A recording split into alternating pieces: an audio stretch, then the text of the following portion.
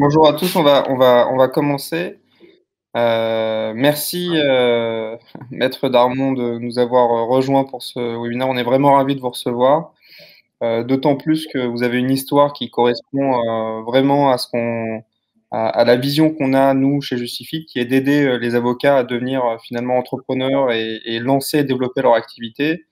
Et ce qui nous a plu dans votre histoire, c'est que vous êtes passé par la case vous n'êtes pas passé justement par la case de la collaboration et vous avez décidé à la sortie de l'EFB de lancer directement votre activité en 2011.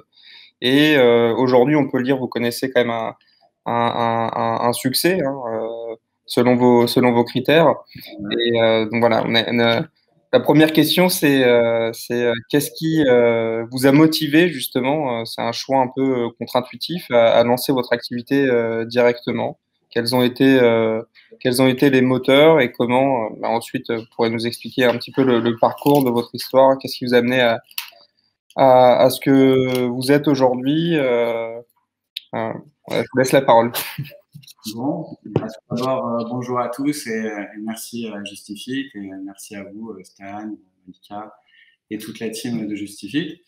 Donc effectivement, je m'appelle Jérémy Darmon, j'ai 36 ans, je suis avocat depuis 2011 et comme vous l'avez rappelé, j'ai la particularité d'avoir créé mon cabinet tout de suite à la sortie de l'EFB, sans passer par la case collab ou collaboration.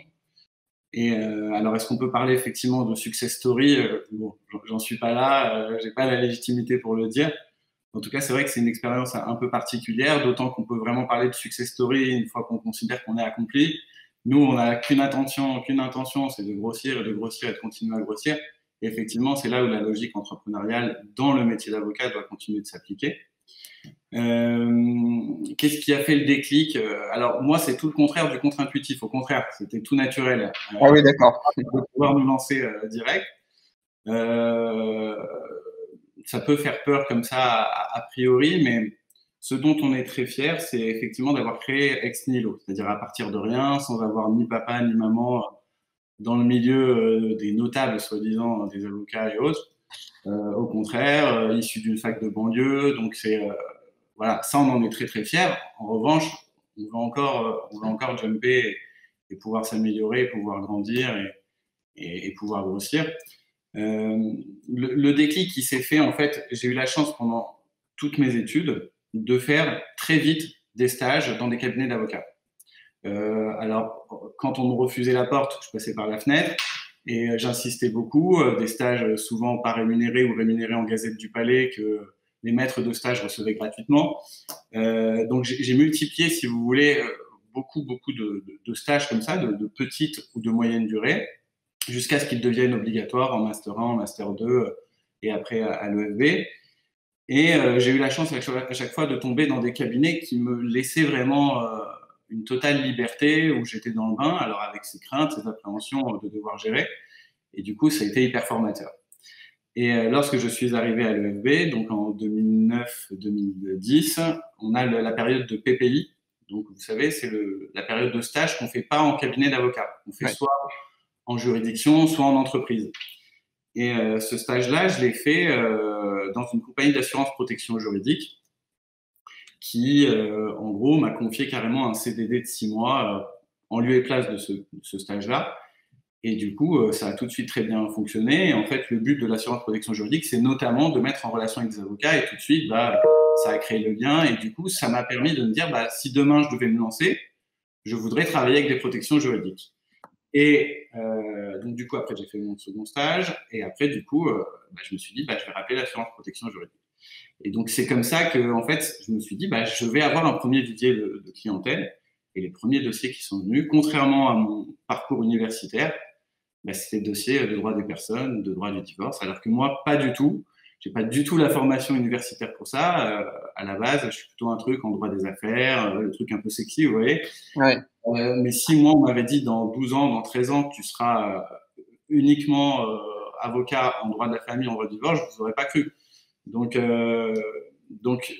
ce qui a fait qu'aujourd'hui, on en est là, c'est effectivement, on a poussé un peu les portes et les fenêtres quand il fallait. du boulot comme tous les confrères qui sont là et qui assistent, parce qu'on travaille tous beaucoup. Un petit brin de chance et puis surtout de pouvoir se dire voilà comment est-ce qu'on peut aujourd'hui être avocat respectueux des traditions, de la déontologie, de nos usages qui sont quand même très très forts mais auxquels on tient beaucoup et en même temps être dans la modernité, ne pas avoir peur d'Internet parce que c'est ça l'avenir, ne pas avoir peur de la com parce que c'est ça l'avenir, surtout dans ma matière qui est le droit de la famille où on se rend compte qu'il y a une petite spécificité où effectivement la visibilité est indispensable. Et justement sur ce point-là, est-ce que sur 10 ans, voilà, depuis 2010, vous avez constaté une évolution jusque dès qu'il y a eu un arrêté comme quoi la publicité pour avocats était possible, une approche du marketing qui a évolué. Quelle est l'importance pour votre cabinet aujourd'hui et comment vaincre justement peut-être ces blocages psychologiques qu'ont certains avocats à voir justement la communication comme se vendre et comme quelque chose qui peut être finalement péjoratif. Ouais. Et certains avocats, je le sais parce qu'on a l'occasion à Justify de parler avec beaucoup d'avocats, n'arrivent pas à passer cette étape. Bah, en fait, le milieu de l'avocature est un milieu très tradit, très old school. Où effectivement, on a très très peur de ce qui pourrait être un peu innovant. Alors la publicité est très très normée et c'est une bonne chose. Moi, je pense que c'est une très bonne chose pour pas qu'on passe sur les dérives outre-Atlantique. Vous savez, avec les grands panneaux, appelez-moi, je suis mineur, voilà. Mais donc ça, c'est plutôt une bonne chose, ce garde-fou-là. En revanche, je crois qu'il ne faut pas avoir peur de la communication et de la visibilité. C'est un partenaire indispensable. Et en fait, l'avocat, je crois, a un problème déjà dans le fait de pouvoir déléguer. Et je crois que c'est tout le contraire. C'est que dans la com, il faut savoir se faire assister, il faut savoir s'entourer de plateformes comme Justify, c'est super, c'est un apporteur d'affaires considérable. Et c'est aussi une visibilité incontournable aujourd'hui, surtout qu'il y a beaucoup de trafic sur vos plateformes. Il faut savoir se faire assister du bon expert comptable, de la bonne agence web. Alors tout ça, ça coûte un peu de sous, mais aujourd'hui, c'est indispensable. Et alors cette appréhension-là, je ne saurais pas comment l'expliquer, j'ai pas la prétention, mais aujourd'hui, avec cette maigre expérience de 10 ans, aujourd'hui, on n'en serait pas là s'il n'y avait pas eu cette visibilité multiple, visibilité Internet, bien sûr, visibilité même à la fac, parce que quand je donne des cours à la fac, forcément, ça fait des petits. Alors moi, j'adore ça, donc je ne le fais pas pour ça, mais forcément, on a toujours le tonton de l'étudiant, la mère de l'étudiant, machin. Donc, il ne faut pas avoir peur d'être visible, tout en conservant toujours le repère déontologique qui doit être notre boussole. D'accord, très clair. Et comment vous avez su vous entourer justement, alors, parce que vous parlez justement pas, vous dites jamais je, c'est toujours du on et c'est appréciable. Comment vous avez choisi vos associés, vos collaborateurs? J'ai la sensation que depuis le début de l'aventure, vous avez toujours été multiples. Et aussi sur vos partenaires externes, donc l'expert comptable, l'agence de communication, comment vous les avez trouvés et en quoi consiste dans les grandes lignes votre relation avec eux? Alors, euh, effectivement, bon, on parle, enfin, je parle on parce qu'on est toujours ensemble. On a un cabinet un peu particulier où je dois avoir même pas 10 ans d'écart avec mes collaborateurs. Tous les midis, on essaie de déjeuner ensemble. Bon, là, aujourd'hui, c'est compliqué depuis 1 an et demi, mais bon, en tout cas, c'était l'ambiance au cabinet. Donc, on a voulu créer cette ambiance-là et on y tient beaucoup. Et du coup, ce qui facilite le on quand je parle du cabinet. Alors, quand je me suis créé, pour le coup, j'avais personne. J'étais seul. On ne pouvait pas non plus partir sur des dépenses outre mesure pour le loyer et autres. Donc, on est passé d'abord par une domiciliation améliorée avec une très belle adresse. Ça, tout de suite, c'était très important d'avoir une très belle adresse, même si on a un minuscule bureau auquel on a accès que quelques mois ou quelques heures, pardon, par mois. Savoir s'entourer parce que ça crée des synergies dans le cabinet d'avocats, d'autres avocats plus expérimentés qui vous donnent des conseils. Et puis très rapidement dire bah voilà, j'ai pas peur de prendre un élève avocat, de prendre un stagiaire. J'ai pas peur d'aller solliciter tel expert comptable qui est spécialisé dans les BNC, dans les bénéfices non commerciaux, donc dans les avocats. j'ai pas peur d'aller voir ce que c'est que cette histoire de référencement. Et en fait, c'est ça, c'est savoir déléguer. Comment j'ai fait pour à chaque fois recruter? Bon, clairement, j'ai fait des bonnes rencontres et ça s'explique pas. J'ai eu la chance de tomber à chaque fois sur des stagiaires, d'abord élèves avocats, qui sont devenus ensuite des collaborateurs qui sont extraordinaires. Après, bon, il y a eu quelques mauvaises rencontres aussi, mais ça reste, on va dire, minime de chez minime par rapport voilà, au flux de bonnes rencontres qu'on a pu avoir. Puis après, effectivement, après, on les sent, les personnes avec qui on veut travailler, avec qui ça match tout de suite. Mais je crois qu'il faut surtout pas avoir peur. C'est au départ, on se dit, bah mince, finalement, la collaboratrice ou le collaborateur que je vais recruter, finalement, il va être payé autant que moi. Oui, mais c'est pas grave parce que l'année d'après, on aura rentabilisé sa collab. Je crois qu'il faut vraiment, à chaque fois qu'on a l'opportunité de grossir, il faut savoir la saisir cette opportunité. Ça peut faire peur, surtout quand on n'a pas derrière d'assises. Hein, comme je vous l'ai dit, moi, je ne viens pas d'une famille aisée. Voilà, j'ai fait une fac à La Varenne, ensuite à Créteil, une fac dite de banlieue, une très bonne fac au demeurant, dont je suis très fier, dans laquelle j'enseigne et tout ça. Mais bon, ça veut dire qu'on n'a pas facilité le chemin. Et donc, si je l'ai fait, je ne vois pas pourquoi ce ne serait pas transposable à d'autres. Alors, ma matière aide un peu. C'est vrai que le droit de la famille fait qu'il y a cette particularité où on veut avoir le contact et choisir son avocat.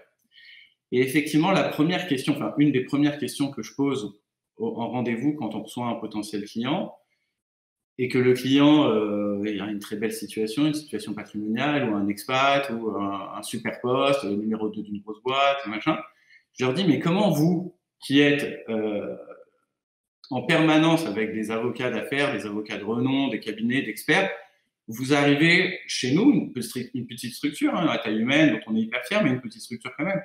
Je dis, vous, dans votre entourage, vous avez forcément des connaissances. Il me dit, oui, mais pour la sphère de l'intime, pour ce qui relève de la sphère de l'intime, je veux me faire ma propre opinion. Donc, et ça, c'est un truc qui est hyper récurrent. Et c'est hyper intéressant de poser la question, d'où la nécessité de la visibilité. Parce que le cabinet qui existe sur Internet, aujourd'hui, ça crée une notoriété. Alors, bien sûr, derrière, il faut assurer, hein, il faut avoir la logistique, il faut pouvoir prendre le téléphone, il faut pouvoir transformer, si j'ose dire. Mais je me suis aperçu qu'aujourd'hui, c'était indispensable, que ce soit du petit patron de PME aux grands dirigeants d'une société de la société du CAC 40. Ils ont aujourd'hui, pour ce qui relève de ce qu'ils considèrent de l'intime, la même démarche. D'accord, c'est très intéressant, mais comment justement, je veux dire, quelle est l'importance dans ça de la singularité de votre profil d'avocat? C'est-à-dire, donc vous incitez sur la visibilité, d'autres avocats sont aussi visibles. Choisir son avocat, je pense, je suis assez convaincu que c'est pas comme choisir un médecin, surtout un médecin, un médecin généraliste. Peut-être la partie intuitu personnée et la relation de confiance n'est pas aussi importante puisqu'on va être sur une relation de plus court terme. Comment justement vous avez aussi écrit dans votre introduction que vous avez pris à contre-pied un peu la partie, enfin, toutes les plateformes un peu low cost et fait du sur-mesure. En quoi ça a consisté? Et aussi, comment vous faites finalement pour vous différencier parmi les autres avocats qui sont visibles et quel rôle joue la confiance finalement à la singularité de votre profil dans ça? Alors, c'est vrai qu'on a choisi un créneau pour répondre à la première question sur le placement en gros de notre cabinet. On a choisi ce créneau-là, c'est-à-dire on fait face, et la profession de manière générale fait face à ce qu'on appelle les braconniers du droit, c'est-à-dire des plateformes low cost où vous avez quasiment pas d'intuitu personnel, pas de relation humaine avec l'avocat, où tout est dématérialisé. Effectivement, les prix sont, je ne sais même pas comment en arrivent là, les honoraires sont délirants. Mais nous, on a choisi un positionnement, on s'est dit, voilà, on ne veut pas perdre en gamme et perdre en qualité, on veut offrir l'histoire du sur-mesure tout en alliant le mécanisme de la visibilité, de l'accessibilité notamment sur Internet. Et aujourd'hui, ce mélange qui aurait pu faire peur initialement, qui pouvait ne pas être concevable initialement, finalement, on voit que ça marche. Parce que c'est pas parce qu'on est sur Internet que forcément on fait du low cost. Et c'est ça qu'on a voulu, c'est garder ce créneau-là en se disant, c'est pas parce qu'on est visible, c'est pas parce qu'on fait du référencement, c'est pas parce qu'on a une agence web qui est derrière nous que du coup on est obligé de faire de la masse. Non, non. On veut faire de la qualité, c'est très important de faire du sur-mesure, surtout dans notre matière. Parce que, et là j'essaie de répondre à la deuxième question, c'est que dans notre matière à nous, ou nos clients en général, même si on fait de l'amiable, vivent quelque chose de pas simple, une séparation, un divorce, une succession contentieuse ou douloureuse. Dans cette période de crise que traversent nos clients, c'est très important qu'ils aient un véritable soutien humain. C'est important pour eux et c'est important pour nous, pour notre profession, parce que sinon, on est des machines. Enfin, c'est pas le but. Et si on veut continuer à pouvoir exister, il faut qu'on puisse continuer à valoriser notre service. Et ça me permet de faire la transition avec le fait et le besoin, même si on est très visible, de ne pas tomber dans les travers justement des plateformes low cost, et de dire voilà, il faut savoir valoriser son temps. Et si j'ai un mini conseil à donner, c'est que, si je peux me permettre, c'est que voilà, la seule chose que nous, avocats, avons à vendre, c'est notre temps. Et il ne faut pas se dévaloriser. C'est-à-dire qu'il ne faut pas avoir peur de se dire, ben voilà, mon temps horaire, c'est ça. Et au contraire, ça vient asseoir notre crédibilité. Et c'est ça qu'on a voulu mixer, c'est-à-dire la modernité et en même temps savoir se valoriser. Je ne sais pas si j'ai répondu à votre question. Oui. Mais ça répond. En gros, c'est ça l'idée. Ce n'est pas parce qu'on utilise les mécanismes modernes que du coup, on doit tomber dans les travers du low-cost et dans la plateforme numérique où il n'y a plus la présence humaine. Non, au contraire. D'accord. D'accord. Et là, on a touché un peu sur justement les points des honoraires, de la facturation. Alors, j'ai pas regardé. Est-ce que vous êtes transparent par rapport à vos honoraires? Est-ce que déjà vous êtes au temps passé ou est-ce que vous proposez aussi du forfait? Et je dis ça parce que c'est vrai que sur notre plateforme, on a 1 million de visiteurs uniques par mois. On fait souvent des sondages et on sait qu'un des critères les plus importants, c'est quand même les honoraires. Et du côté des avocats, on a aussi mené un sondage sur la facturation entre les différents confrères et beaucoup hésitent en fait à afficher leurs honoraires, à être transparents par rapport à ça. Non, parce que ça va être souvent des cas particuliers. Ça va être en fonction de plein de situations et donc c'est toujours difficile d'annoncer un honoraire. Comment vous vous positionnez par rapport à ça? Parce que c'est ce que surtout la clientèle Internet, c'est vraiment une requête de clientèle Internet. En fait, la question est le point récurrent à chaque fois. La question honoraire est centrale. D'abord parce que nous, on a une clientèle que de particuliers. Forcément, en faisant du droit de la famille, on n'a pas de clients société. Donc, c'est du particulier qui va devoir payer sa procédure et forcément, ça coûte des sous. Alors, on a une pratique d'honoraires qui essaye d'être transparente. Enfin, on essaie de le faire au maximum. On fait des forfaits. On pratique des honoraires forfaitaires et je crois que c'est faisable dans le cadre des divorces amiables extrajudiciaires. On le fait uniquement dans ce cadre-là parce qu'on sait à peu près vers quoi on se dirige. On sait qu'aujourd'hui, pour un divorce amiable extrajudiciaire, c'est-à-dire sans juge, quand il n'y a pas d'enfant, pas de bien, on sait que ça peut coûter tant. Et ça, on est transparent. On arrive à proposer des forfaits à nos clients uniquement pour les divorces par consentement mutuel extrajudiciaires, pour les divorces sans juge.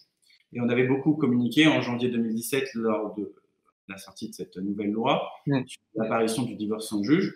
Et d'ailleurs, cette visibilité-là, cette communication-là nous avait valu le fait d'être, pas médiatisé, ce serait peut-être un peu fort, mais en tout cas d'apparaître dans bon nombre de médias traditionnels, dans Capital, Village de la Justice, dans d'autres trucs, où ils sont carrément venus nous solliciter pour qu'on puisse exposer notre politique, notamment forfaitaire, sur le divorce sans juge. Donc, pour répondre à votre question, nous pratiquons l'honoraire forfaitaire uniquement dans le divorce sans juge. Et là, c'est transparent, ça apparaît sur notre site. Vous avez 3 formules. C'est assez clair là-dessus. En revanche, pour les autres procédures, nous ne pratiquons pas l'honoraire forfaitaire.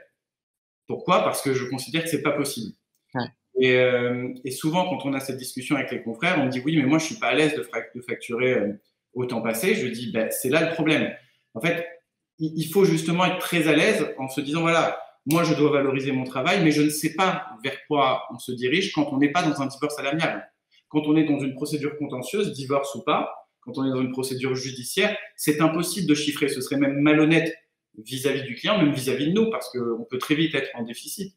Donc là-dessus, on ne peut pas faire du forfaitaire. En tout cas, de mon point de vue, je considère qu'il faut faire du temps passé. Après, comment est-ce qu'on détermine son taux horaire? Ça, c'est autre chose. Moi, je crois qu'il ne faut pas avoir peur de se valoriser selon ses années de bar, selon son expérience, selon ses réflexes, selon son équipe. Il ne faut pas avoir peur. Au contraire, c'est un gage de stabilité, si j'ose dire, de stabilité. D'accord. Alors, on rebondit, on a une très bonne question.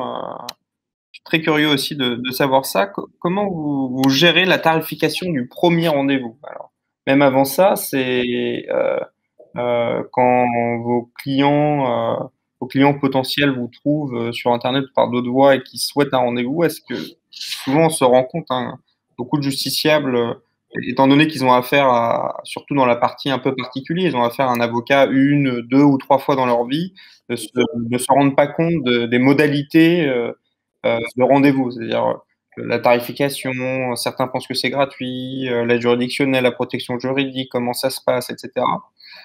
Parce qu'il y a, on s'en rend pas compte, mais c'est vrai que de l'extérieur, quand on voit ça la première fois, ça peut paraître complexe. Alors, vous gérez ça, et en particulier la tarification en premier rendez-vous? Est-ce que les justiciables s'attendent avant de venir à payer le premier rendez-vous? Et s'ils s'attendent pas, si vous adaptez, quel est votre mode de facturation pour le premier rendez-vous? Je vais faire un truc d'avocat. Je vais répondre à une question par une autre question. En fait, comment est-ce qu'on fait quand le téléphone sonne? En vrai, la vraie question, voilà, c'est ça.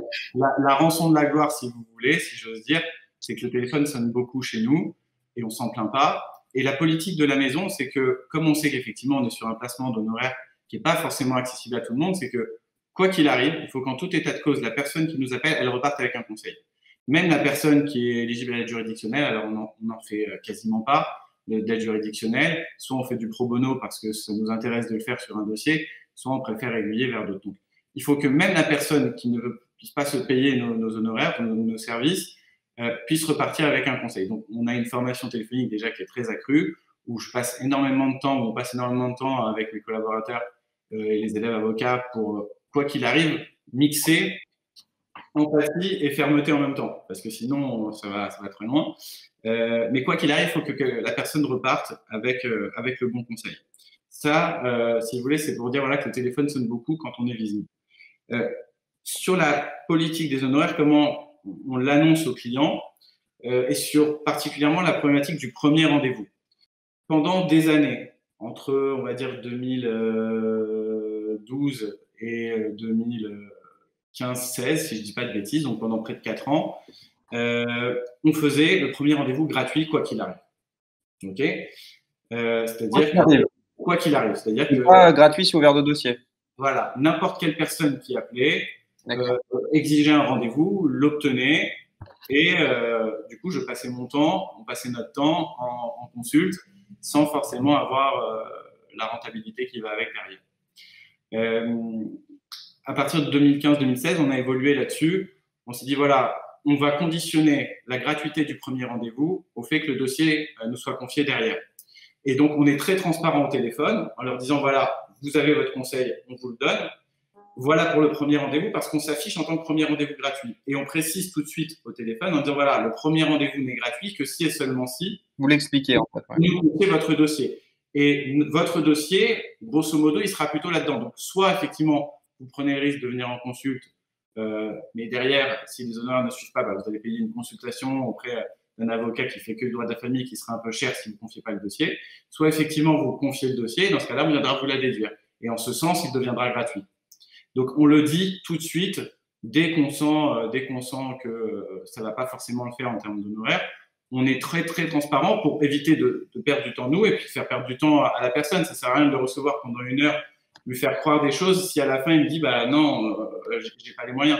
Donc, tout de suite, après avoir donné le bon conseil de première urgence, si j'ose dire, à la personne qui nous appelle, on embraye très rapidement sur la question des honoraires, et je crois qu'il ne faut pas avoir de malaise à parler de ce sujet-là, parce que c'est un des points importants, enfin c'est le point crucial pour savoir si oui ou non le dossier va rentrer, si oui ou non on va être choisi. Et puis les clients apprécient cette transparence. C'est-à-dire qu'on leur dit, écoutez, moi je veux bien vous donner un rendez-vous, mais je voudrais bien, si jamais on fait le rendez-vous de la consultation, les honoraires risquent d'être ça, est-ce que c'est pas dissuasif pour vous? Et ce qu'on dit toujours, et c'est ce que on a essayé de faire avec mon équipe, c'est que le but, c'est parce qu'il y en a souvent qui viennent en rendez-vous, qui sont voilà, qui aiment bien notre façon de travailler, cette façon de construire le lien avec le justiciable, et qui sont prêts à se mettre des crédits. Et là, on refuse. C'est-à-dire qu'on leur dit toujours, écoutez, nous, on veut continuer à pouvoir se voir dans une glace le matin. Il faut pas que l'avocat rajoute un problème supplémentaire. L'avocat est là pour les régler, les problèmes. Donc, si l'honoraire doit être un problème supplémentaire, ça ne sert à rien. Et ces phrases-là, c'est des choses qu'on dit directement aux clients, aux potentiels clients, lorsqu'on est dans le cadre du premier rendez-vous téléphonique, avant la prise de rendez-vous physique ou distanciel, mais la consultation. D'accord, très bien, très clair. Finalement, créer un process clair sur les honoraires, la facturation de ce cabinet, comme ça on n'a pas à y réfléchir à chaque dossier. Et très ouvertement le dire tout de suite, ouais. Après qu'on ait délivré bien sûr le premier conseil au client ou à la personne qui appelle, être très transparent là-dessus. Ok, très bien. Alors, on a une petite question encore sur la facturation. Moi, je vous poserai ensuite une question sur justement sur la formation téléphonique et comment vous gérez ces appels, parce que c'est quelque chose qui intéresse énormément nos clients. Ils sont souvent confrontés à ça. Alors, c'est Maître Madlingan. Diriez-vous qu'un jeune avocat qui s'installe et a encore peu d'expérience devrait travailler au forfait et envisager seulement la facturation au temps passé par la suite? Dans la mesure où un jeune avocat n'a pas encore acquis suffisamment de réflexes, ça lui semble compliqué d'envisager la facturation au temps passé pour l'instant. Oui, je comprends la question. C'est une question que je me suis posée 25 000 fois et que je continue de me poser parce que, encore une fois, 10 ans de barre, je me considère toujours comme jeune avocat. La question, elle est hyper légitime. Après, voilà, je pense qu'il y a des matières dans lesquelles on peut faire du forfait. Comme je l'ai dit, le divorce sans juge, je pense qu'il n'y a pas forcément de malaise à faire un forfait là-dessus. Et en tout cas, on ne sera pas en déficit en s'annonçant à tel ou tel forfait d'honoraires. Après, moi, aujourd'hui, même avec le recul, parce que j'en ai fait aussi des divorces contentieux forfaitaires, je le regrette un peu aujourd'hui, mais avec le recul, je me dis que je préfère valoriser un taux horaire bas et facturer au temps passé plutôt que de m'embarquer sur un honoraire forfaitaire. Après, bon, ce n'est que mon point de vue. L'embêtant, c'est qu'une fois qu'on a rentré un dossier contentieux ou judiciaire avec un honoraire forfaitaire, on ne sait pas, on ne peut pas savoir, même si on fait une convention d'honoraire qui est très très bien faite, on ne sait pas vers quoi on se dirige. Donc moi, je conseillerais plutôt d'opter, même pour une facturation au temps passé, avec un taux horaire moindre. D'accord, d'accord. Une dernière question, après peut-être qu'on passera un peu plus sur la création du cabinet, votre histoire. Pour revenir sur la formation téléphonique, comment vous gérez justement les justiciables qui ont des questions gratuites, qui sont là juste pour avoir une information? Comment, forcément, on est obligé de passer par là, et c'est peut-être ce qui est normal aussi. Vous avez une certaine fonction aussi de répondre à des interrogations juridiques. Mais comment vous trouvez l'équilibre sur le temps au téléphone passé pour convertir en rendez-vous, etc.? Deux mots, c'est comme j'ai dit tout à l'heure, empathie et fermeté. C'est-à-dire qu'il faut ouais. montrer qu'on est empathique, mais toujours garder la main sur l'entretien téléphonique. D'accord. Parce que sinon, effectivement, comme je l'ai dit, dans une situation de crise, très très vite, on est embarqué dans l'histoire et c'est pas bon ni pour la personne qui appelle, ni pour nous. Donc, c'est pas venu comme ça. En fait, on a élaboré tout un tas de questions qu'on a créées nous-mêmes. Là, pour le coup, on en est très fiers avec mon équipe et on l'améliore de semaine en semaine. On fait des points réguliers là-dessus sur comment est-ce qu'on pourrait améliorer comment dire, le scénario. C'est pas très joli, mais c'est un peu l'idée sur le suivi et l'enchaînement des questions. Et donc maintenant, c'est quasiment du réflexe.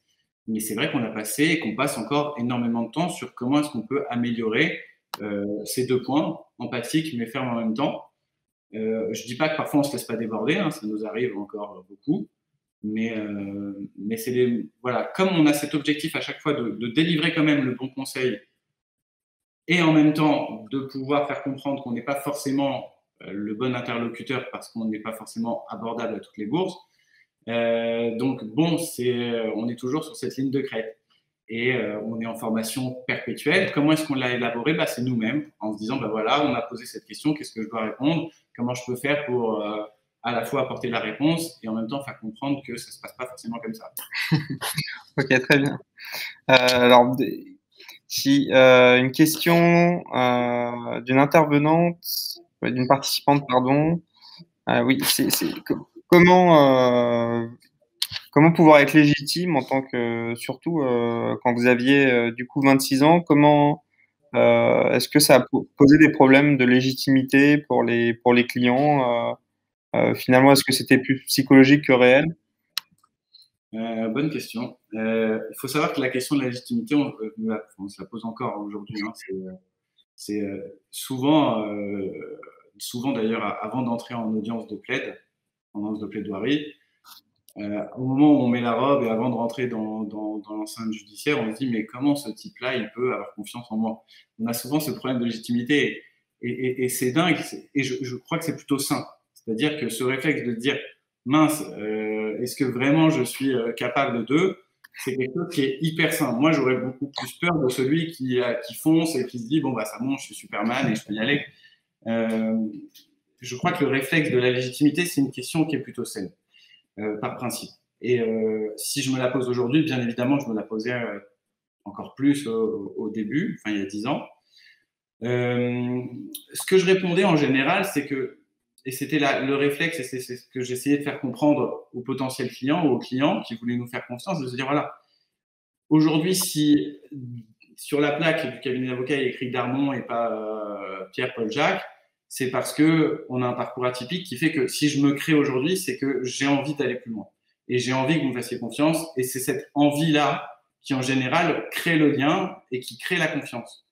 Et puis après, derrière, il y a le boulot. Enfin, après, c'est pas tout d'accrocher avec des bons mots. Derrière, il faut Ouais. avec la disponibilité, avec des services forcément que tous n'offrent pas. Et c'est pour ça que c'est important de se valoriser au bon prix.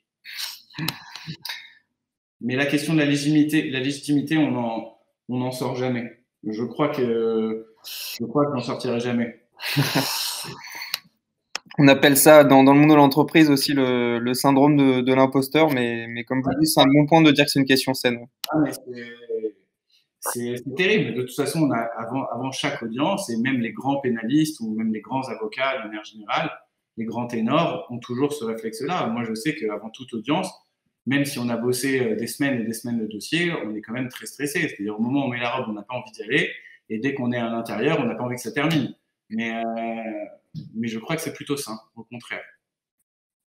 Alors, on a une question sur la partie RH. Alors, c'est intéressant parce que dans votre histoire, vous avez les stagiaires élèves avocats ont joué un rôle très important.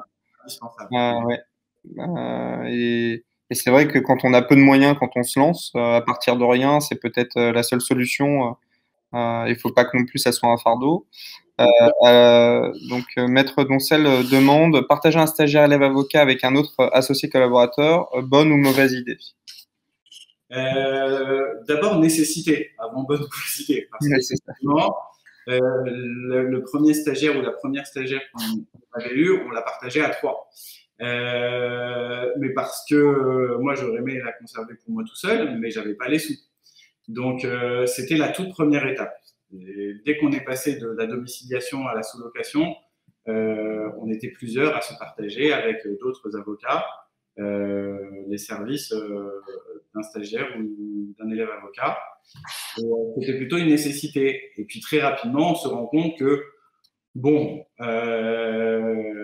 dès qu'on a la possibilité de le faire, il faut tout de suite savoir déléguer à temps plein. Et puis après, l'étape d'après, c'est le collaborateur ou la collaboratrice. Et il ne faut pas avoir peur. Comme je l'ai dit tout à l'heure, je crois que la première collab, elle avait une rétrocession qui était équivalente à ce que je pouvais me verser moi. en termes de gratification, en termes de salaire, en termes de rémunération. Mais il ne faut pas en avoir peur, parce qu'il n'y a que comme ça qu'on avance. Nous, si vous voulez, on a un rythme où on se dit, voilà, si tous les 2 ou 3 ans, on n'a pas embauché de collaborateurs supplémentaires, c'est qu'il y a un truc qui ne va pas. D'accord. Et peut-être quelques astuces, même si elles peuvent paraître intuitives et particulières à chacun, mais comment vous avez formé et comment vous avez pu amener ces stagiaires avocats à monter en compétences et finalement devenir collaborateurs? Alors, la fac a beaucoup aidé. C'est-à-dire que quand on arrive à la fac, on a. Alors, moi, je suis chargé de TD, hein, je ne suis pas prof d'amphi, hein, j'aurais aimé, mais bon, c'est pas là. Je suis chargé de TD à la fac de droit de Créteil, et effectivement, en droit de la famille.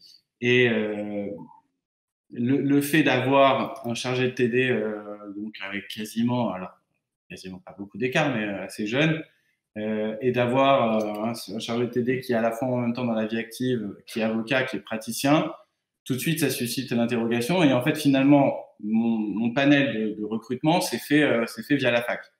Donc voilà. Et ça, c'était plutôt bien. Ça a beaucoup aidé pour les premiers dossiers, ça a beaucoup aidé pour le recrutement, parce que je savais qui étaient les bons profils. Et du coup, à chaque fois, en fin de licence ou en fin de Master 1, j'avais les bons éléments. Super. Et donc, du coup, ils sont passés d'étudiants à stagiaires, ensuite élèves avocats, collaborateurs. Donc bon, là-dessus, c'est vrai que c'est le parcours, la spécificité du parcours qui fait que. Et puis après, les recrutements sont faits de manière classique, c'est-à-dire que j'associe les collaborateurs seniors ou la collaboratrice qui est la plus ancienne au process de recrutement. Qu'est-ce qu'on en pense? Je fais des réunions avec l'autre équipe parce que, comme je vous l'ai dit, nous, on est vachement proches. On travaille, on travaille d'une façon assez particulière, à un point tel que lorsque les stagiaires enchaînent un stage chez nous et un stage ailleurs, ils disent non, mais c'est pas comme ça que ça doit marcher. Nous, on veut retourner chez Darmon. Et donc, du coup, c'est vrai que c'est un peu particulier. Et donc, pour le process de recrutement initial, il y a la fac qui a été un super pilier. Et puis après, ça fait des petits. Et puis après, j'associe mon équipe au recrutement. Et ça, c'est très important de recueillir l'avis de l'équipe sur l'élève avocat, sur le collaborateur, a fortiori. Et puis après, voilà, encore une fois, le brin de chance derrière aussi joue toujours. D'accord. Très clair, très intéressant aussi parce que c'est rare d'être dans cette position justement d'aller les chercher les élèves avocats là où ils sont, en plus de connaître aussi leur profil. À la source. Et puis, ouais. C'est hyper bien parce que ça crée du lien. Et bon, en plus, moi, j'adore la phase. Donc, bon. Alors, pour revenir un petit peu à votre histoire, quels ont été, depuis la création jusqu'à maintenant, quels ont été vraiment les défis, les challenges que vous avez connus? Et qu'est-ce que vous conseillerez? On a beaucoup d'avocats en collaboration, de jeunes avocats qui souhaitent se lancer à leur compte. Qu'est-ce que vous leur conseillerez?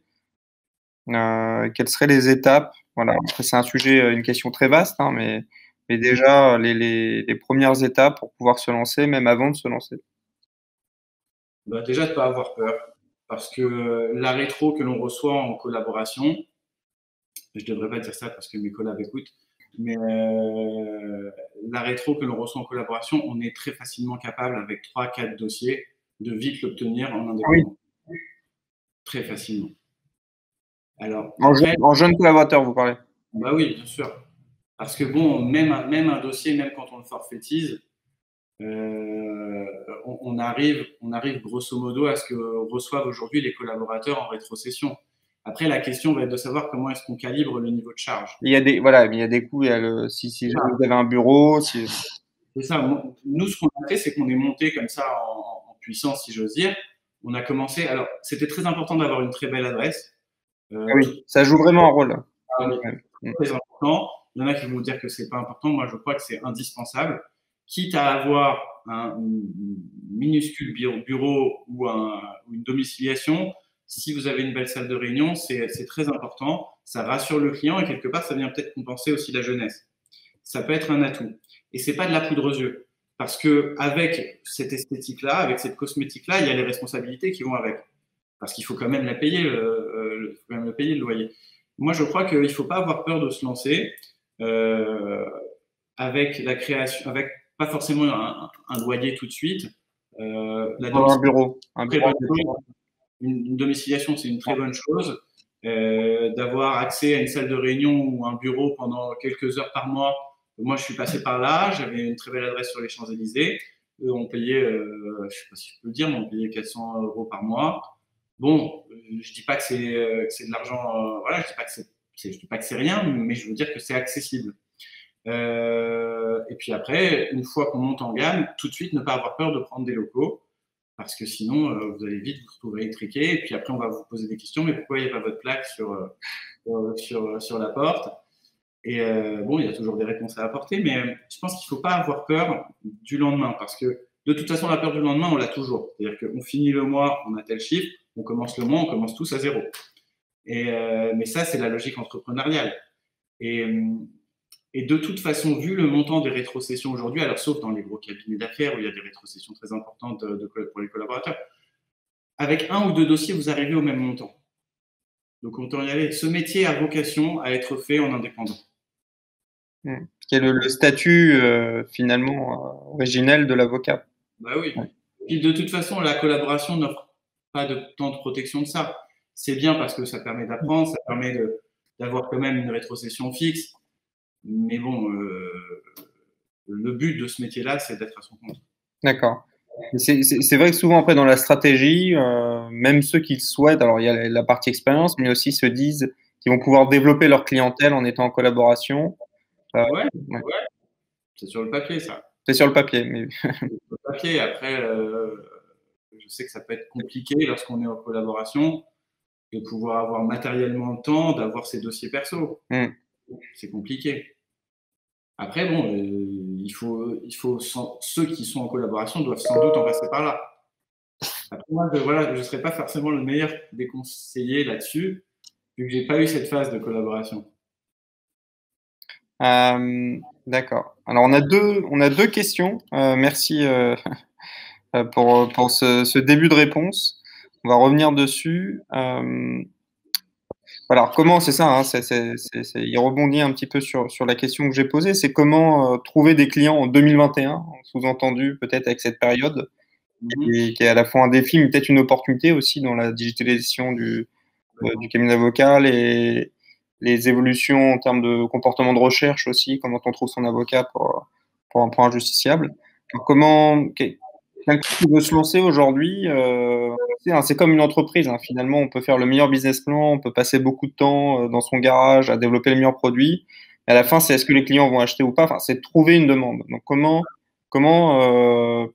voilà, les petites astuces pour se lancer et trouver une clientèle en 2021.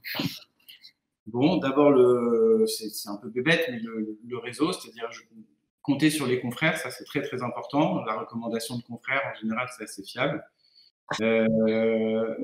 Beaucoup parler, c'est-à-dire l'avocat, il est avocat tout le temps. Ça se voit dans les réceptions, ça se voit dans les dîners de famille. Vous avez toujours la grand-mère qui vous dit ah bah toi qui es avocat, tu peux me répondre un truc sur un bail amphithéotique, vous comprenez rien, mais vous répondez quand même. Mais quand on est avocat tout le temps. Donc le réseautage est très très important. On va dire que c'est la manière traditionnelle d'avoir du client. Après, il ne faut pas avoir peur, encore une fois, des plateformes. Je trouve que c'est bien parce que c'est à la fois accessible en termes de coûts et c'est vite rentabilisé. C'est quelque chose qui est vite rentabilisé en un dossier ou en moitié de dossier. L'année est déjà rentabilisée. Après, je pense que le référencement est une bonne chose. Faire des conférences, intervenir à la fac, c'est une excellente chose. Et puis bon, après, il y a la partie intuitu personnel qui fait qu'on aime ça, qu'on aime parler de ce qu'on fait. Et puis après, les dossiers font des petits et les petits font des petits. Et puis après, surtout, ce qui est important, je crois, c'est parce que avoir une visibilité, c'est indispensable. Et puis après, derrière, il faut savoir la gérer. Il ne faut pas avoir peur de tout de suite s'entourer des bonnes personnes comme je l'ai dit, hein, du bon expert comptable, hein, ça c'est indispensable, du bon logiciel de gestion. Il y a pas mal de logiciels de gestion qui se créent sur le gestion en cabinet d'avocat, ça c'est très important. De la bonne agence web, alors peut-être l'agence web, c'est peut-être un peu beaucoup au début, mais voire même un consultant au début, des freelances, il y en a plein, à des tarifs accessibles. Je crois qu'il ne faut pas avoir peur de dépenser un peu de sous. D'investir. Voilà, face à ce que ça peut, ça peut apporter. Après, ce qui est important aussi, c'est que quand on se crée, je crois que c'est important de ne pas se créer seul, en ce sens que c'est bien d'être en domiciliation, sous-locataire ou locataire avec d'autres confrères. Ça crée des synergies, c'est très très important, c'est un vivier de clientèle, ça rassure en termes de partage d'expérience. Nous, par exemple, il y a un cabinet d'avocats franco-russe ici d'affaires qui ne fait pas du tout de droit de la famille, et donc du coup, on récupère la Paris Hilton russe souvent en cliente. Et bon, c'est un vivier de clientèle qui est très bien. Mais ce sont des viviers de clientèle classiques. Après, il y a le vivier de clientèle, on va dire, novateur. Et je pense que c'est indispensable aujourd'hui parce que du petit entrepreneur jusqu'au grand, comme je l'ai dit tout à l'heure, jusqu'au grand chef d'entreprise, tout passe par Internet aujourd'hui. Alors, est-ce que c'est transposable à toutes les matières? Je ne sais pas. Je serais incapable de vous le dire. Dans les matières où l'intuitu personnel est indispensable, je pense que ça peut fonctionner. En droit de la famille, en droit du travail, côté salarié, je pense que ça doit fonctionner. Après, dans les autres matières, je ne saurais pas vous le dire. En droit pénal aussi, hein, dans un sens. Oui, pardon, en droit pénal aussi. En droit pénal. Alors, les pénalistes, déjà, qu'ils ont peur de prendre la plume. Alors le clavier, j'en parle même pas. Mais blague à part, oui, c'est. On a eu des témoignages assez importants de clients. On a eu je me souviens, une cliente qui, voilà, grâce à notre plateforme, grâce à Justifit, a réussi justement à accéder aux assises. Est sorti un petit peu des dossiers de quartier pour arriver dans des instances qui sont beaucoup plus élevées. Donc, c'est ça aussi qui est intéressant. On a une question toujours sur un petit peu votre parcours de Maître Gane. Comment vous, en fait, elle se demande. Alors ça, c'est une question intéressante parce on a constaté la même chose chez beaucoup de nos membres qui finalement, pour essayer de maximiser leurs chances d'avoir des dossiers, finissent par tout faire. Et ce qui est un peu étonnant, parfois on se retrouve avec des avocats qui traitent 6 à 7 matières différentes. On se demande comment on peut avoir la connaissance pour maîtriser autant de choses. Alors, qu'est-ce qui vous a choisi? Je crois que vous l'avez expliqué un petit peu au début, mais qu'est-ce qui vous a motivé à choisir cette spécialité-là plutôt qu'une autre? Et comment finalement se concentrer sur. Est-ce que vous conseillez déjà de se concentrer sur une spécialité ou d'en avoir plusieurs ou pas? Alors, oui, comme vous l'avez dit tout à l'heure, moi je suis tombé dans le droit de la famille un peu par hasard. En fait, c'est la clientèle qui fait votre spécialité. Et puis après, derrière, soit on le subit, soit on le prend à bras le corps et puis on y va à fond. C'est ce qu'on a essayé de faire. Au début, donc, les premiers dossiers qui sont venus, comme je vous l'ai dit, c'était des dossiers de droit des personnes. Le droit de la famille, moi là-bas, j'ai pas du tout une formation en droit de la famille, hein, comme je l'ai dit, j'ai le droit des affaires, droit des contrats, pratiques commerciales, voilà. Et les premiers dossiers qui sont venus, ce sont des divorces. C'était des divorces. Et du coup, j'ai pris le pari de me dire, bon, bah ok, je vois qu'il y a un bon contact. En même temps, il y a le rôle de l'avocat, le vrai rôle de l'avocat, si j'ose dire. Hein. C'est pas méprisant pour les autres confrères, mais je trouve que l'avocat, vraiment au sens auxiliaire de justice, il prend tout son sens dans sa dimension humaine là-dessus, que ce soit en droit du travail, en droit pénal et en droit de la famille. Voilà, on a une vraie utilité. Attention, c'est pas facile aussi parce qu'on a utilité, mais derrière, quand il y a des mauvaises décisions, parce qu'on en a tous, il faut aussi pouvoir les annoncer. Et là, on est plus proche du médecin qui annonce la mauvaise nouvelle plutôt qu'autre chose. Mais il y a des très bons moments aussi, des moments avec des bonnes décisions. On est très fiers de s'associer à ça. Donc moi, je suis tombé dedans et tout de suite, ça m'a attrapé. Il y avait une fibre que j'ignorais moi-même sur ce côté d'empathie, sur ce côté de conseil, de valorisation de la personne. Et du coup, je me suis dit, bah, pourquoi pas travailler le truc. Et j'ai fait des formations pour me spécialiser un peu plus là-dessus. C'est-à-dire que j'ai enseigné et c'est venu comme ça.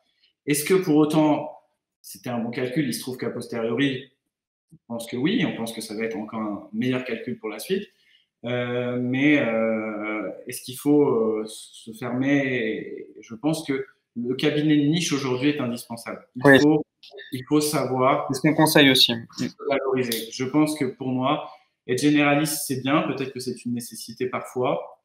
Mais je crois qu'on peut plus se valoriser, notamment en termes d'honoraires, si on s'affiche en tant que. Alors, il faut faire attention avec le mot spécialiste, parce que pour dire qu'on est spécialiste, il faut la La mention. mention de spécialisation. Ouais.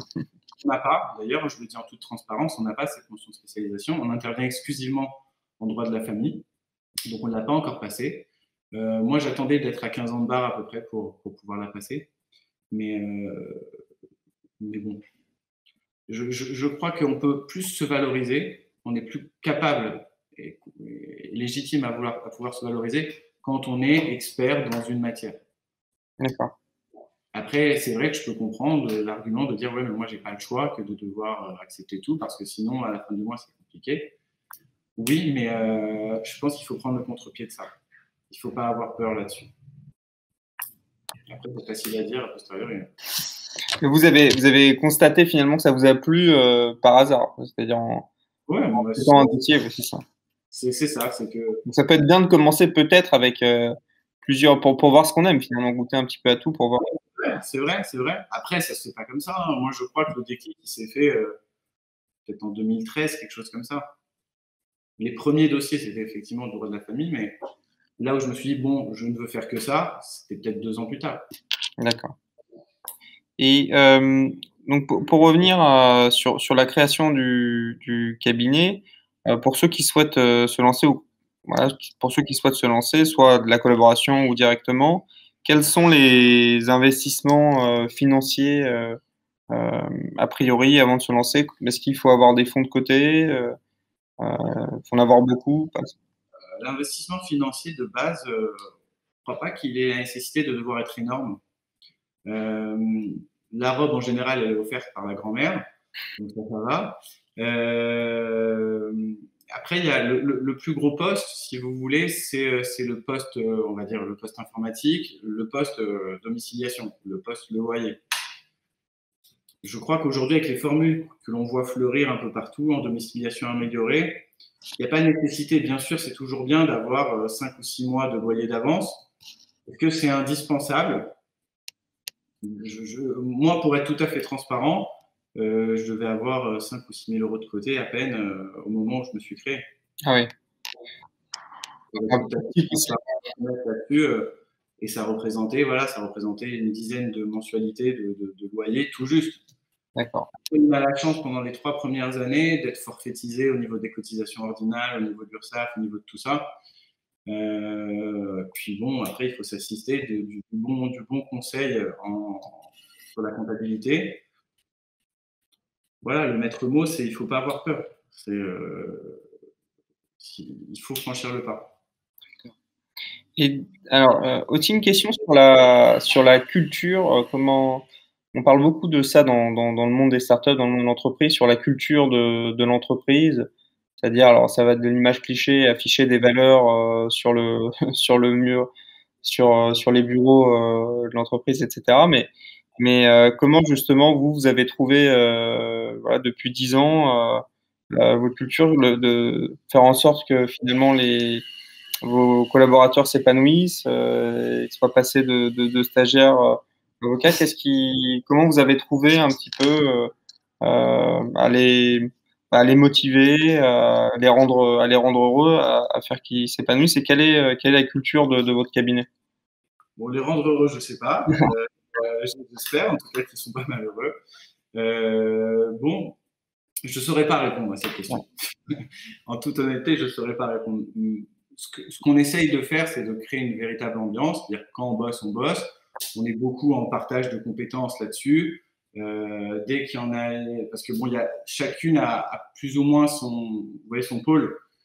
Chacun a plus ou moins son pôle de compétences et parfois des dossiers sont transversaux, donc on s'aide beaucoup là-dessus.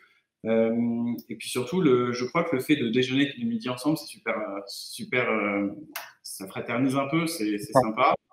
On essaye de faire aussi, alors j'aime pas trop les anglicismes, mais la team building aussi, on en fait aussi un peu. On va souvent boire des verres à côté. Bon, on essaie de créer une ambiance parce que, surtout dans notre matière, il faut avoir le cuir assez épais. C'est-à-dire qu'on entend des choses pas simples tous les jours. Parfois, on fait une succession de journées avec plein de consultes, plein de rendez-vous, on enchaîne avec des audiences. Et forcément, on sort jamais indemne là-dessus. Donc, on a ces moyens, enfin, on a ces moments-là de partage professionnel et on essaye derrière de créer une ambiance sympa. On fait une fête annuelle avec tous les anciens stagiaires depuis le début dans nos locaux. Alors bon, là, ça fait 2 ans qu'on ne la fait pas, mais peu importe. On va vite la refaire et on essaye de créer une ambiance. Et c'est vrai que c'est ce qui fait un peu notre marque de fabrique. Encore une fois, on a même pas 10 ans d'écart avec mes collaborateurs. Je trouve que ça rapproche beaucoup. Et ce qui était bien aussi, c'est qu'on a souvent passé du temps ensemble sur le fond, c'est-à-dire sur le pro, sur le technique, mais également sur la logistique du cabinet. Et je trouve ça très, très bien de les associer. Ils sont investis dans le développement du cabinet. Moi, à chaque fois, je les consulte pour qu'est-ce que vous pensez de ça. Par exemple, là, on est en train de créer le cabinet à Aix-en-Provence. Qu'est-ce que vous en pensez? Qu'est-ce qu'on fait là-dessus? Sur quoi on part? Qu'est-ce que vous pensez de ces bureaux-là? C'est vrai qu'ils n'ont pas ça dans les autres collaborations. C'est quand même. Ah, non. C'est la première chose que je dis aux entretiens, c'est que ce ne sera pas un stage café photocopie. Vous allez faire du café, mais ce sera votre café ou votre thé. Vous allez faire des photocopies, mais ce sera vos photocopies. Et je tiens à cette marque de fabrique-là. Est-ce que ça participe à l'épanouissement? Bon, j'espère. Très bien. Alors, est-ce qu'il y a d'autres questions? On va bientôt finir. J'avais moi aussi peut-être finir là-dessus, parce que vous avez évoqué plusieurs fois la délégation, et comment on s'y retrouve en fait, comment on sait quoi déléguer, à quoi ça sert, et comment faire confiance à la personne qu'on délègue. Qu'est-ce que vous déléguez dans votre cabinet? En fait, c'est très facile à dire parce que au début, j'avais la phobie de la délégation. C'est-à-dire que j'avais peur parce que c'est mon nom qui est dessus, c'est mon nom qui signe, c'est moi qui suis en nom là-dessus. En matière de responsabilité civile professionnelle, on a très très peur. Mais je crois que là aussi, pareil, il faut savoir se faire confiance et faire confiance aux autres. Alors après, ça ne vient pas tout de suite. Bien évidemment qu'on revoit tout au début, après on revoit un peu moins, et puis après, ça roule. Mais oui, je pense que ça se fait de façon. Est-ce que vous déléguez? Bien sûr. Mais qu'est-ce que vous déléguez dans votre cabinet? Par exemple, lorsqu'on doit rédiger un jeu de conclusion ou une animation, on fait le point sur avec le collaborateur qui est associé au dossier. Le collaborateur, moi, je donne les grandes lignes, je dis voilà, moi, ce que je pense du dossier, qu'est-ce que vous en pensez? On fait un point, on échange. OK, quand est-ce qu'on peut avoir une V1? On parle de la V1, on étudie la V1 ensemble, mais la page blanche, finalement, je ne la connais presque plus. D'accord. Donc, après, il y a certains dossiers que je garde égoïstement pour moi, mais bon, après, je suis en révision de tout. Mais la page blanche, c'est plus moi qui l'a fait, c'est formateur pour le collaborateur, pour l'élève avocat, et je tiens beaucoup à cette transmission-là. Quand je dis aux élèves avocats, je vous préviens, vous allez aussi plaider aux élèves avocats. Ils sont comme des fous parce qu'ils se disent mince, mais moi on me proposait le truc où je sortais pas de mon KGB. Et là, certes, voilà, c'est pas le grand nom, mais au moins je sais que je vais être dans le vif. Et ça, c'est hyper important de savoir déléguer. Après, voilà, c'est pas simple. On a pas mal de confrères ici qui ont le même niveau d'expérience, voire plus âgés, qui me disent moi je peux pas, je me sens pas d'avoir un collaborateur alors qu'ils sont sous l'eau. Et ça, c'est un vrai problème parce que je crois qu'on peut grossir que comme ça. Ouais. Et est-ce que vous faites appel aussi à des services externalisés pour pas forcément des tâches, ça peut être des tâches de recherche juridique ou des dictées ou. Ça pour le coup non. D'accord. Ça pour le coup non, parce que je considère qu'on a l'équipe à même de pouvoir le faire. Qu'est-ce qu'on fait? Oui, en fait, c'est des trucs parajuridiques sur lesquels on fait appel. Ou bien quand ça sort vraiment de notre champ de compétences, quand par exemple on a besoin de la fiscaliste expert comptable, on a fait intervenir. Quand l'agence web, par exemple, ce type-là de trucs externalisés, mais sinon, sur le fond, non. on fait tout nous-mêmes. Et pour résumer, finalement, de qui vous êtes entouré, de qui vous êtes entouré aujourd'hui. Donc, il y avait vous aviez vos associés. Alors, vous avez monté votre cabinet avec des associés ou non, tout seul, après des collaborateurs? On est seul. Moi, j'ai créé le truc seul. Ce qu'on a fait au début, c'est que je partageais des locaux avec d'autres confrères. Et donc, du coup, je partageais une stagiaire ou un stagiaire à l'époque. On partageait même des codes qu'on payait à trois, vous voyez. D'accord. Mais on n'avait pas de structure commune. Et aujourd'hui, je suis seul et j'ai des collaborateurs.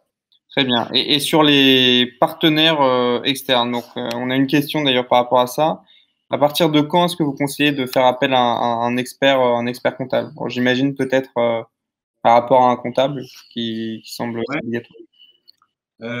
Bon, déjà, tout va dépendre déjà du montant de chiffre d'affaires. Je pense que ça peut être indispensable à compter du moment où déjà vous passez sur un seuil éligible à la TVA. Quand vous n'êtes pas assujetti à la TVA, bon, le suivi comptable, bon, je pense qu'il peut être fait largement par vous, par un comptable, sans forcément passer par un expert comptable.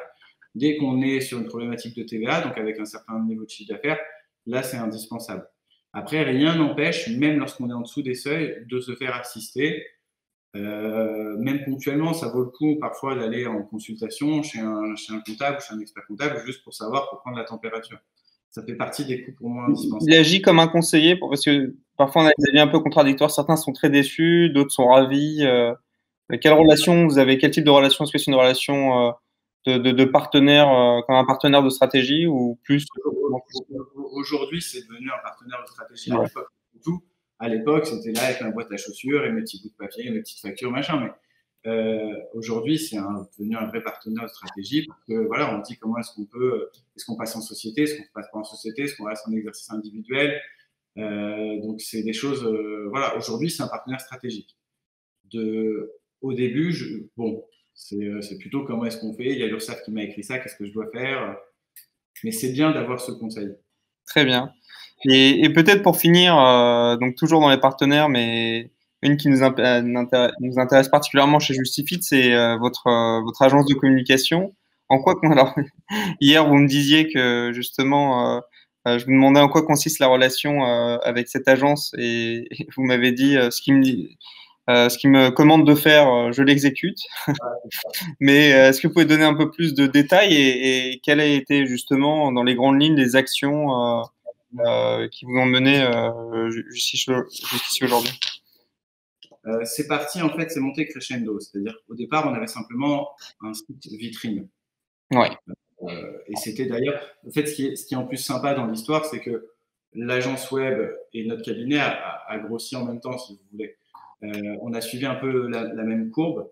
Et à la base, c'était un consultant indépendant, tout simple, tout seul. Et donc avec beaucoup de disponibilité, ce qui peut-être nous a aidés tous les deux. Et donc au départ, c'était simplement un site vitrine. Puis après, on s'est dit, bon, ce serait bien un peu de communiquer à droite, à gauche, village de la justice. Et puis après, d'aller écrire sur des plateformes. Puis après, de faire du référencement. Puis après, de s'occuper des cartes, de tout ce qui est graphique. Et aujourd'hui, c'est lui qui gère tout. C'est son agence qui gère tout. Qui s'occupe de contacter des médias traditionnels. C'est lui qui m'a dit Justifit, il faut y aller, il y a du trafic. Bon, c'est comme ça. Après, voilà, moi, je ne comprends pas tout. J'essaye de comprendre. Mais ce qui me fait aujourd'hui dire, c'est que pour pouvoir exister aujourd'hui, c'est indispensable de passer par la voie numérique. C'est indispensable.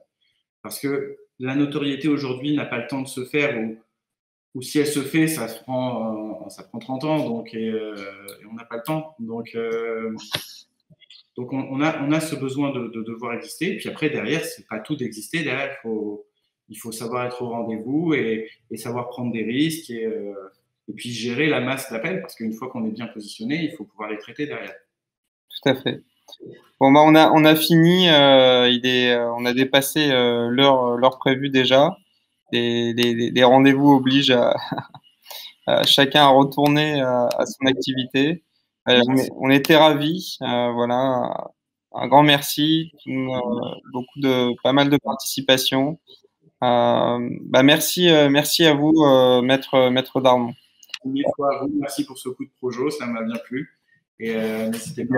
Également. Alors, vous allez recevoir tous un petit questionnaire de satisfaction. Ne fermez pas trop vite la page. C'est très rapide.